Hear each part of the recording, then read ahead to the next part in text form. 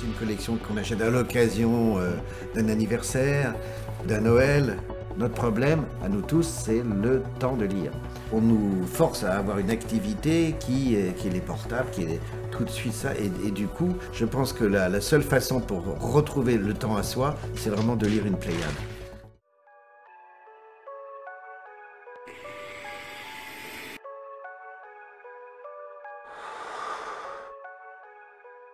Bon, les gars, si je vous montre cette image, qu'est-ce que vous voyez? Un beau livre? Le summum de l'élégance française? L'apogée de l'édition? Pauvre naïf, ce truc-là, c'est un gros scam et rien d'autre. Alors ouais, j'attaque fort. Ragez comme vous voulez, montez sur vos grands chevaux et grattez-moi tous les paragraphes argumentés que vous voudrez en commentaire à base de « Gni moi c'est tout Baudelaire et Proust en Pléiade, regarde comme je suis cultivé ». À part me référencer et remplir mes réserves de sel pour l'année. Rien qu'ici, on récolte la moitié du sel français. Et il est bon, hein. Ça m'en touchera une sans faire bouger l'autre, vous êtes prévenus. Parce que la Pléiade, j'avoue que j'ai jamais compris l'engouement autour de cette collection. Ce sont des volumes super chers, auréolés d'un beau marketing, mais si on gratte un peu plus en profondeur, bah c'est surtout un bel enfumage. Clairement, je vous préviens, si on houspille le vernis qui recouvre ces bouquins plus onéreux qu'un rein au marché noir, on tombe sur des bails plutôt sombres que Gallimard n'a pas du tout envie de voir exposés au grand jour. Alors, qu'est-ce qu'on attend? Après avoir chatouillé cette collection à de multiples reprises, je pense qu'il est grand temps de mettre les pieds dans le plat et de rappeler aux candoles du 5e arrondissement avec plus de bouquins dans leur bibliothèque que de neurones valides dans leur Ciboulax Eco+, qu'acheter des éditions de prestige sans les lire ni les comprendre ne remplit pas les conditions nécessaires et suffisantes pour quitter leurs conditions d'aptère. Fâchez-vous comme vous voulez, je m'en fous! Ça va donc rager turbo ++ ci-dessous et je vois d'ici un genre de remake numérique de Mad Max dans l'espace commentaire, j'ai trop hâte. Alors, en quoi ces bouquins chers, inutilisables et illisibles sont en réalité la pire édition par laquelle vous pourriez découvrir ou explorer les prouesses des grands auteurs? Comment Gallimard, roi du marketing option écran de fumée, a-t-il créé avec cette collection une espèce de pub perpétuelle à la gloire de sa boîte, pub que vous financez volontairement, bande de cucks? Et par quelle alternative remplacer les Pléiades dans votre bibliothèque pour devenir un lourd baroudeur littéraire SP 143 de QI? QI de 143! Et bah on voit ça tout de suite. Et à propos d'alternatives, je vous rappelle que vous pouvez soutenir cette chaîne en visitant La Giberne, la maison d'édition du Hussard, qui vous propose des romans novateurs et à contre-courant des purges insipides dont les marchands de mots ordinaires nous gratifient depuis des années. Vous êtes déjà des centaines à avoir lu Pays réel, le premier livre de la maison, et à en avoir été satisfait. Alors si c'est pas déjà fait, n'hésitez plus, passez faire un tour, vous verrez, les retours sont élogieux et de nouveaux livres sont en préparation pour tout bientôt. Promis, ce sera plus fun, moins cher et plus lisible que la Pléiade. Et puis bien sûr, pour ne rien rater des nouveautés de La Giberne ou du Hussard, pensez à vous abonner en activant la petite cloche et à passer sur les réseaux sociaux qui s'affichent à l'écran, vous verrez, ça vous fera du bien. Bon alors là-dessus, trêve de digression, le respect a appelé, il veut qu'on lui rembourse son édition rachitique du Nouveau Testament à 60 boules, générique. Ok, let's go.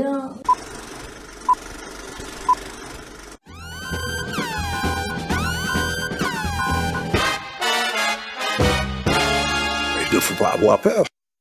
Bon alors je l'annonce d'emblée, cette vidéo va se diviser en deux parties, une critique de la forme, assez subjective mais documentée, et puis une critique du fond dans un second temps qui reviendra sur les problèmes profonds que pose la Pléiade. Qu'est-ce que je vais pouvoir vous dire? Il y en a, hein.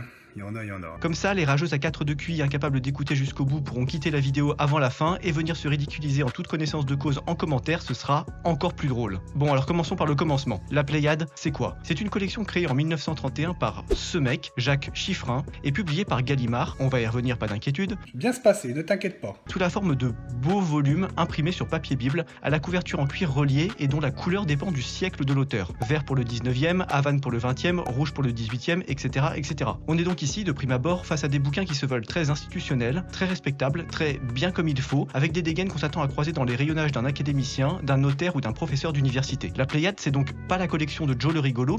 Joe le rigolo? Mais on dit que là où il passe, l'herbe ne repousse pas! Mais ça tombe bien, c'est pas ce qu'on en attend. Seulement, d'emblée, il y a un problème. Et un problème littéralement de taille. Ouvrez une Pléiade, vous allez comprendre tout de suite de quoi je parle. Ça, par exemple, c'est l'intérieur d'une édition de Rousseau que j'ai chez moi. Et non, il n'y a pas de trucage. C'est vraiment écrit en tout petit. Purée, mais c'est moi qui deviens myope ou alors ce bouquin, c'est un test d'opticien. 70 balles le bouquin et il faut encore raquer pour une loupe si je veux déchiffrer les hiéroglyphes du bousin. Ça va, vous vous sentez bien Gallimard? Vous avez pas l'impression de vous fiche du monde, là? Ah, et puis c'est pas tout, hein. Ah bah non. La Pléiade, c'est un peu l'équivalent littéraire de la maison qui rend fou dans Astérix. Tout y est pensé pour que notre confort de lecture soit le plus claqué dans the floor possible. Prenez les notes par exemple. On va en reparler plus loin, mais l'un des arguments massus de Galilol, c'est de dire que les Pléiades comportent tout un appareil critique très dense, établi par les meilleurs spécialistes du domaine. Alors ça, globalement, c'est vrai, il n'y a pas trop de soucis, mais du coup, pourquoi avoir mis les notes en fin de volume? Vous croyez que j'ai que ça à faire quand je veux une précision que de tourner des tas de petites pages ultra fines en papier Bible pour aller déchiffrer des caractères encore plus petits et m'esquinter les mirettes à savoir ce que fichait le 3e duc de Morlan à la bataille de Tambour-sur-la-Nouille? Parce que oui, il y a ça aussi. La Pléiade s'est imprimée sur papier Bible, c'est-à-dire sur un papier super fin et super solide qui peut supporter un maximum d'encre sans se déliter. Et ça, en 1931, quand il n'y avait pas encore d'édition en poche comme aujourd'hui, c'était une super innovation. Mais en 2023, dans un monde où on fait des versions poche en un seul volume de tous les Misérables, le papier Bible, c'est juste super inconfortable. Parce que ça se tourne mal, c'est tout fin, c'est relou à manipuler, et en plus, quand vous tournez une page, vu qu'elle a une épaisseur digne du charisme d'un député macroniste, bah vous avez l'impression d'avoir rien tourné du tout. Mais qu'est-ce que c'est que cette matière? C'est de la merde. Donc, je récapitule. Vous avez là un livre méga cher, écrit en tout petit, à la navigation inconfortable et qui vous demande 10 minutes de lecture pour en déchiffrer une seule page. Ça fait beaucoup là, non? Et en plus, si après un combat homérique vous venez finalement à bout de ce paplard, quand vous tournerez la page, vous aurez le sentiment de n'avoir rien tourné du tout et donc, in fine, de ne pas avancer dans votre lecture. Remarquable coup. Oh, Seigneur Dieu que c'est pénible à lire. Vous vous souvenez quand j'avais parlé de Proust et de mon rapport torturé à son œuvre? Eh bah sachez une chose, c'est largement dû au fait que j'ai parcouru ce gonze pour la première fois en Pléiade. Vous imaginez lire un pélo avec des phrases à rallonge dans les conditions que j'ai décrites? Bah vous ajoutez encore que c'était pendant un été bien caniculaire et vous obtenez le cocktail parfait pour une détestation en règle du bonhomme. Et croyez-moi, revenir d'une première impression pareille, c'est dur, très dur. Bon alors je pourrais vous parler pendant des heures de tous les petits détails qui me crispent sur ces bouquins, à commencer par ces liserés qui se barrent dans tous les sens, ces couvertures en plastoc qui tiennent absolument pas, ou ces boîtes en carton dans lesquelles il est impossible de remettre le bouquin après l'avoir sorti, mais je vais plutôt m'appesantir sur un constat personnel et subjectif. La Pléiade, c'est intransportable. Mais genre vraiment quoi. Ça rentre pas dans une poche, ça se plie pas, ça se stabilote pas, ça se corne pas pour marquer une page, et vu le prix du bousin, je vous recommande pas de le lire au bord de la piscine ou un café à la main, ce serait bête de faire passer le prix du cappuccino de 2,50 à 85,50. Ça va mal tourner cette histoire. Alors ça c'est pour la forme. Pour le fond maintenant, accrochez-vous parce qu'on va rigoler un peu. Je vous l'ai dit, la Pléiade c'est une collection de Gallimard créée en 1931 par ce mec, Jacques Chiffrin, un juif originaire de Russie qui avait fui les carabistouilles des bolcheviks. Mais ce que j'ai pas encore dit, c'est que lui à la base c'était un indépendant, pas un employé de Gallimard. Alors qu'est-ce qui s'est passé? Bah tout simplement il s'est fait racheter dès 1933 par Galilol qui trouvait son projet d'édition audacieux et novateur. Donc Chiffrin s'est vu offrir un gros chèque par l'intermédiaire d'André Gide qui bossait pour Gallimard, il a accepté et hop, il est rentré dans le giron de notre bon vieux Gaston. Sauf que là, on est en 1933 et il y a aussi ce mec qui vient d'arriver au pouvoir en Germanie. Et autant vous dire qu'en 1940, quand il déboule à Paris en Panzer pour faire des drifts sur les Champs-Élysées, Gaston Gallimard, qui ne valide pas 5 pompes avant l'intervention des secouristes et met 10 minutes à monter 2 étages, il chimoue dans son ben devant cette team de Germains agacés à 5% de body fat. Donc c'est compliqué, c'est compliqué. Et la conséquence directe de cette grande peur des bien-pensants, comme dirait l'autre, c'est que Galilol, il a appliqué à la lettre, comme un bon petit capot, les lois de l'occupant contre la team Mezouza à compter de 1940. Mezouza, la maison. Vous vous souvenez que Chiffrin, il a des origines hébraïques? Et bah voilà, bye bye Jacouille. Le gonze a dû s'exiler aux États-Unis et Galilol a récupéré sa création pour de bon en l'agrégeant à sa maison. Alors là, j'en vois déjà venir en commentaire pour prétendre que Gallimard avait pas le choix, bien ton argument en mousse. D'accord, pas de problème. Mais dans ce cas, juste une question, hein. Pourquoi Gallimard a jamais payé à Chiffrin ce qu'il lui devait en droit d'auteur sur sa collection et lui a toujours refusé l'accès aux thunes qui lui revenaient de droit, même après la guerre? Parce que Chiffrin, il est mort en 50, hein. J'écoute. Vous avez pas de réponse? Bah ça tombe mal, parce que du même coup, vous êtes pas prêt pour la suite. Venez par là, faut qu'on rentre dans les détails. Quand Antoine Gallimard, le petit-fils de Gaston, vous fait la promotion de sa collection aujourd'hui, il s'appuie avant tout sur 3 aspects de ses bouquins: la qualité de leur fabrication, la robustesse de leur appareil critique et l'éclectisme de la maison quant au choix des auteurs à intégrer à son prestigieux catalogue. Et moi, sur ces 3 points, je rigole et je réponds alerte rouge, vous êtes en train de vous faire pigeonner les gars. Oh oh, alerte au gogol!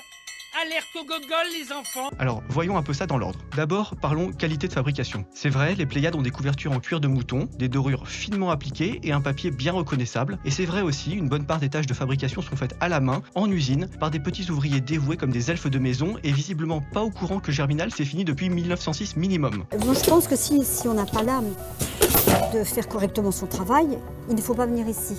Toby est libre. Alors, pour être franc, ça, j'ai moins l'impression que c'est un gage de qualité qu'une preuve d'archaïsme et d'incapacité à évoluer à une époque où les robots de fabrication sont quand même beaucoup plus fiables que les humains, mais on va accorder le bénéfice du doute à Gallimard et s'extasier comme tout le monde devant les grands hangars pleins de peau de mouton prévus pour les couvertures de Jean-Paul Farth. Oh là là, oh là là là là, comme c'est beau. Bon, par contre, les véganes en sueur. Émeric Caron en PLS, il y a minimum 3000 brebis scalpèdes là. Quelles sont vos sources? Et ce qui est drôle, c'est que la manie de Gallimard à vouloir vanter la fabrication luxueuse de ses bouquins, elle amène parfois à des trucs vraiment ridicules. Comme lorsque cette femme vous explique que les couvertures sont faites uniquement en moutons de Nouvelle-Zélande, parce que là-bas, les bestioles sont élevées dans de vastes espaces sans barbelés, ce qui rend leur peau plus nette et lisse, sans écorchures ou cicatrices. Le cuir vient de Nouvelle-Zélande. Les moutons sont là-bas élevés sans barbelés et donc dans des grands espaces. Donc il y a moins de possibilités de cicatrices, effectivement. Cuisine. Alors bon, personnellement j'ignorais que les moutons avaient pour passion de se jeter dès leur plus jeune âge sur les barbelés, mais surtout je trouve vraiment drôle qu'une maison qui donne de grandes leçons sur l'écologie importe 100% de son cuir des antipodes. Il y a un 2 poids 2 mesures assez savoureux là quand même. Et puis sérieusement, moi ce que ça me donne comme impression, ce petit cirque, c'est que Gallimard se fait bien 30 ou 40 euros de marge sur un livre à 80 et que dans ce contexte, le seul moyen de justifier des prix aussi exorbitants, c'est le storytelling à base de « oui mais tu vois, c'est du travail recherché, patati patata ». Oh, c'est beau, sauf que ça n'existe pas, monsieur Attali. Sauf que, désolé, ce que je vois là, moi, c'est du gros bullshit, pas de la qualité. Et ça, c'est comme pour leur second argument, qui consiste à affirmer que la Pléiade a les meilleurs appareils critiques du game. Alors oui, encore une fois, la plupart du temps, les notes des Pléiades sont faites par des gonzes qui ont passé 60 berges à se spécialiser sur un auteur. On peut donc être assuré qu'ils ne disent pas trop d'âneries. Mais là où il y a une grosse douille, c'est quand tu réalises que Gallimard met régulièrement à jour les appareils critiques de ses Pléiades. Pourquoi faire? Pour rendre compte de l'évolution des découvertes sur les auteurs? Pauvre de vous. Venez par là, faut que je vous explique un truc. En France, quand un auteur meurt, pendant les 70 ans qui suivent sa disparition, ces textes sont encore la propriété de ses ayants droit, sa femme, ses fils, etc. Très concrètement, ça veut dire que si quelqu'un veut réimprimer du Romain Gary ou du Marguerite Yourcenar aujourd'hui, ou même si quelqu'un veut simplement en citer un long passage dans un film, un roman, un documentaire, un article scientifique ou n'importe quoi, il doit demander la permission à l'éditeur, en l'occurrence Gallimard. Et croyez-moi sur parole, Gallimard c'est la boîte qui vous fait payer très cher votre intérêt pour ces textes. Ils ont même un clampin dont c'est le métier, en CDI avec Ticket Resto et tout le barda, de vous faire casquer pour ça. Mais par contre, une fois que les 70 ans sont passés, vous êtes libre de republier l'auteur comme vous voulez. C'est pour ça que tout le monde peut éditer du Victor Hugo ou du Balzac par exemple. Mais là-dessus, tenez-vous bien, Gallimard a trouvé une petite combine. Laquelle? L'appareil critique justement. En gros, eux, ils considèrent que l'édition de Victor Hugo par Jean-Michel Bidule de la Sorbonne dans la Pléiade, c'est pas du Victor Hugo, c'est du Victor Hugo annoté par Jean-Michel Bidule de la Sorbonne. Et du même coup, c'est un nouveau travail original. Donc toi, si tu veux, tu peux citer Victor Hugo comme tu veux, mais si tu cites précisément l'édition de la Pléiade et pas une autre, avec son appareil critique si précieux, et je le rappelle, 2 références, bim, bam, boum, tu dois passer à la caisse. Et jusqu'à quand? Eh bien jusqu'à 70 ans après la mort, non plus de l'auteur, mais du gars qui a tapé l'appareil critique. Et c'est pour ça que Galilol réactualise ses éditions de temps en temps, pour garder le droit de faire casquer ceux qui voudraient la citer. Prenez Montaigne par exemple. Vous aviez auparavant une édition de la Pléiade parue en 1963 qui reprenait les notes d'Albert Thibaudet. Thibaudet étant mort en 1936, son travail critique tombait dans le domaine public 70 ans après sa mort, en 2006. C'est bien, vous suivez. C'est pour ça que début 2007, on a eu comme par hasard une nouvelle édition du Bousin. Oh, eh ben voyons. Vous avez compris? Sous couvert de défendre la science et la recherche, Gallimard ponctionne un pognon de dingue de tous les côtés avec leur petite combine. Oui, mais c'est pour la science. Ben voyons, t'es au courant que le prof de fac il fait ça gratuitement? Y a aucune aide pour la science, c'est que du business là. Et d'ailleurs toi, tu aides souvent la science en facturant 80 balles un texte de 1850? Hein? Ah bah non. Et ça m'amène au dernier argument de Gallimard pour défendre sa collection. La Pléiade serait un répertoire éclectique de tous les auteurs qui méritent d'être lus. Alors ça c'est quand même très drôle quand tu sais que Simone de Beauvoir, Boris Vian ou Jean d'Ormesson sont dedans, mais que certains romans de Victor Hugo manquent à l'appel, tout comme Cicéron, Barrès ou encore Steinbeck. Ah bravo, elle est où l'objectivité là? Il est où l'éclectisme? Sur répondeur apparemment. Et ça, c'est la douille suprême de la Pléiade. En fait, cette collection, c'est l'histoire d'une entreprise privée, Gallimard, qui à force de répéter à qui voulait l'entendre qu'elle est et mérite d'être l'arbitre des élégances littéraires, a réussi à convaincre tous les bonnets que c'était vrai. Donc partant de là, si vous voulez entrer dans la Pléiade, vous avez intérêt à vous presser chez Gallimard et à lutiner les coucougnettes du petit Paris. Et de son côté, avec la Pléiade, Antoine Gallimard, lui, il s'érige en prophète de l'apocalypse, qui vient juger les vivants et les morts, triant ceux dont on devra se souvenir de ceux qui méritent l'oubli. Parce que oui, je l'ai pas dit, mais bien entendu, le seul arbitre qui décide qui rentre dans la Pléiade, c'est bien lui. Il n'y a pas de comité, pas de vote, pas de réunion préparatoire, tout est le fait du prince. Voyez un peu le travail, vous? Donc, je résume. La Pléiade, c'est cher, c'est mal fichu, c'est issu d'une triste histoire farcie de magouilles diverses, c'est un produit fait pour vous tirer un max de cash, et en plus, il y a beaucoup mieux pour se mettre à lire. Comme quoi? Bah, je vous le dis en conclusion.